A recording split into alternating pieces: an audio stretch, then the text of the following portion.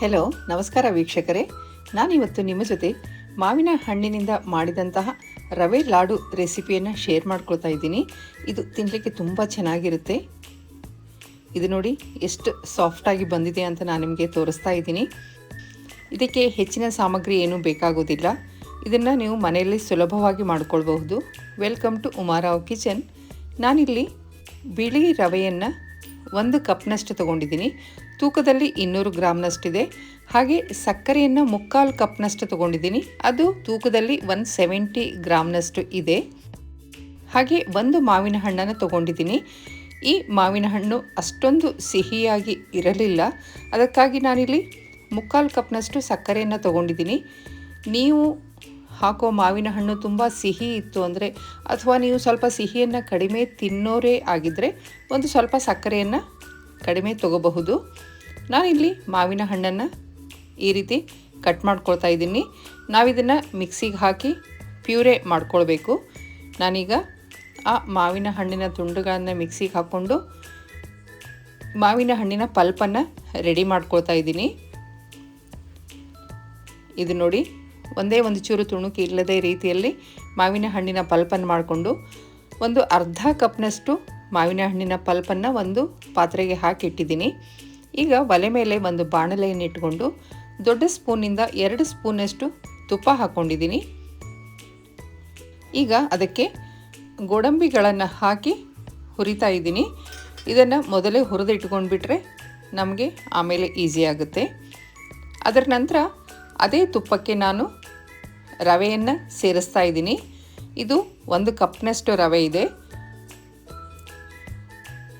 ರವೆಯನ್ನು ನಿಧಾನ ಉರಿಯಲ್ಲಿ ಚೆನ್ನಾಗಿ ಹುರ್ಕೋಬೇಕು. ಗ್ಯಾಸ್ ಫ್ಲೇಮು ಸಿಮ್ಮಲ್ಲೇ ಇರಲಿ. ಈ ರವೆ ಒಂದು ಚೂರು ಹೊತ್ತಬಾರ್ದು. ಹಾಗೆ ಕೈ ಬಿಡದೆ ಇದನ್ನು ನೀಟಾಗಿ ಹುರ್ಕೋಬೇಕು. ಅದರ ನಂತರ ನಾನಿದಕ್ಕೆ ಅರ್ಧ ಕಪ್ನಷ್ಟು ಕಾಯಿ ತುರಿಯನ್ನು ಸೇರಿಸಿದ್ದೀನಿ. ಕಾಯಿ ತುರಿ ಅವಶ್ಯಕವಾಗಿ ಸೇರಿಸಿ, ಇದರಿಂದ ಲಾಡು ಟೇಸ್ಟ್ ತುಂಬ ಚೆನ್ನಾಗಿ ಬರುತ್ತೆ. ಈಗ ಕಾಯಿ ತುರಿಯನ್ನು ಸೇರಿಸಿದ ನಂತರ ಮತ್ತೆ ನಾನು 5 ನಿಮಿಷ ಇದನ್ನು ಚೆನ್ನಾಗಿ ಹುರ್ಕೊಂಡಿದ್ದೀನಿ. ನಾನಿಲ್ಲಿ ಬಾಂಬೆ ರವೆಯನ್ನು ತಗೊಂಡಿದ್ದೀನಿ. ನೀವು ಬೇಕಿದ್ರೆ ಚಿರೋಟಿ ರವೆ ಕೂಡ ಬಳಸಬಹುದು. ನೋಡಿ, ಇದನ್ನು ನಾನು ಟೋಟಲಾಗಿ ಒಂದು 15 ನಿಮಿಷ ಹುರ್ಕೊಂಡಿದ್ದೀನಿ. ಅದರ ನಂತರ ನಾನಿದನ್ನು ಒಲೆಯಿಂದ ಇಳಿಸಿ ಮುಚ್ಚಿ ಇಡ್ತಾ ಇದ್ದೀನಿ. ಇದನ್ನು ಕಂಪಲ್ಸರಿ ಮುಚ್ಚಿ ಇಡಲೇಬೇಕು. ಇದನ್ನು ಮುಚ್ಚಿ ಇಟ್ಟಾಗ ಅದು ರವೆ ಚೆನ್ನಾಗಿ ಅರಳುತ್ತೆ. ಈಗ ನಾನು ಗ್ಯಾಸ್ ಫ್ಲೇಮ್ ಆನ್ ಮಾಡಿಕೊಂಡು ಅದರ ಮೇಲೆ ಈ ಮ್ಯಾಂಗೋ ಪಲ್ಪ್ನ ಪಾತ್ರೆ ಇಟ್ಕೊಂಡು ಈ ಮ್ಯಾಂಗೋ ಪಲ್ಪನ್ನು ಬಾಡಿಸ್ತಾ ಇದ್ದೀನಿ. ಇದನ್ನು ಲೋ ಫ್ಲೇಮ್ ಇಟ್ಕೊಂಡು ಒಂದು 5 ನಿಮಿಷ ಬಾಡಿಸಿದರೆ ಸಾಕು. ನೋಡಿ, ಇಷ್ಟು ದಪ್ಪ ಆದರೆ ಸಾಕು. ಈಗ ಅದನ್ನು ತೆಗೆದಿಟ್ಟು ಮತ್ತೊಂದು ಪಾತ್ರೆಗೆ 3/4 ಕಪ್ ಸಕ್ಕರೆ ಹಾಗೆ ಅರ್ಧ ಕಪ್ ನೀರನ್ನು ಹಾಕ್ಕೊಂಡು ಒಲೆ ಮೇಲೆ ಇಟ್ಟಿದ್ದೀನಿ. ಇದು ನಾವು ಸಕ್ಕರೆ ಪಾಕ ಮಾಡ್ಕೋಬೇಕು. ಸಕ್ಕರೆ ಪಾಕ ಮಾಡ್ಕೊಳ್ಳುವಾಗ ಇದು ಒಂದು ಸಾರಿ ಕುದಿ ಬಂದ ನಂತರ ಗ್ಯಾಸನ್ನು ಸಿಮ್ಮಲ್ಲೇ ಇಟ್ಕೋಬೇಕು. ಆಗ ಪಾಕ ನಿಧಾನಕ್ಕೆ ಬರುತ್ತೆ. ಇಲ್ಲದೇ ಇದ್ದರೆ ಅದು ಬೇಗ ಪಾಕ ಬಂದುಬಿಡುತ್ತೆ, ನಮಗೆ ಗೊತ್ತೇ ಆಗೋದಿಲ್ಲ.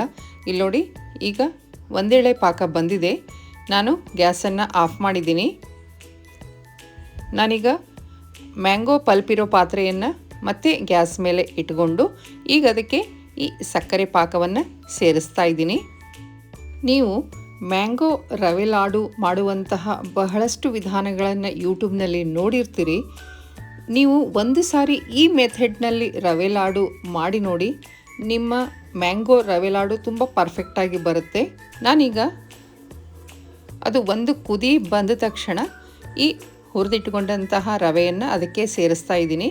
ಇದು ತುಂಬ ಹೊತ್ತು ಕುದಿ ಬರಬಾರ್ದು. ಒಂದು ಕುದಿ ಬರ್ತಾ ಇದೆ ಅಂದ ತಕ್ಷಣ ನೀವು ರವೆಯನ್ನು ಸೇರಿಸಬೇಕು. ಅದರ ನಂತರ ಗ್ಯಾಸ್ ಸಿಮ್ಮಲ್ಲೇ ಇಟ್ಕೊಂಡು ಇದನ್ನು ಒಂದು 2 ನಿಮಿಷ ಚೆನ್ನಾಗಿ ಮಿಕ್ಸ್ ಮಾಡಬೇಕು. ಇದು ಚೆನ್ನಾಗಿ ಮಿಕ್ಸ್ ಆದ ತಕ್ಷಣ ಗ್ಯಾಸ್ ಆಫ್ ಮಾಡ್ತಾ ಇದ್ದೀನಿ. ಮತ್ತು ಇದನ್ನು ಚೆನ್ನಾಗಿ ನಾನು ಕೈಯಾಡಿಸಿ ಈಗ ಇದನ್ನು ನಾನು ಒಂದು 20 ನಿಮಿಷ ಆಗೋವರೆಗೂ ಇದನ್ನು ಮುಚ್ಚಿ ಇಡ್ತಾ ಇದ್ದೀನಿ. ಇದನ್ನು ಕಂಪಲ್ಸರಿ ಮುಚ್ಚಿ ಇಡಲೇಬೇಕು. ಇದನ್ನು ನೀಟಾಗಿ ಹೀಗೆ ಮಿಕ್ಸ್ ಮಾಡಿ ಮುಚ್ಚಿಡ್ತಾ ಇದ್ದೀನಿ. ಇದನ್ನು ಒಂದು 20 ನಿಮಿಷ ನಾನು ಮುಚ್ಚಿಟ್ಟಿದ್ದೆ. ಅದರ ನಂತರ ನಾನು ನಿಮಗೆ ತೋರಿಸ್ತಾ ಇದ್ದೀನಿ. ಇದು ನೋಡಿ ಎಷ್ಟು ಚೆನ್ನಾಗಿ ಬಂದಿದೆ. ಈಗ ಇದನ್ನು ನೀಟಾಗಿ ಒಂದು ಸರಿಯಾಗಿ ತಿಕ್ಕಿ ಈ ರೀತಿ ಮಿಕ್ಸ್ ಮಾಡಿಕೊಳ್ಬೇಕು. ಆಗ ನಮ್ಮ ರವೆ ಲಾಡು ತುಂಬ ಸಾಫ್ಟಾಗಿ ಬರ್ತವೆ.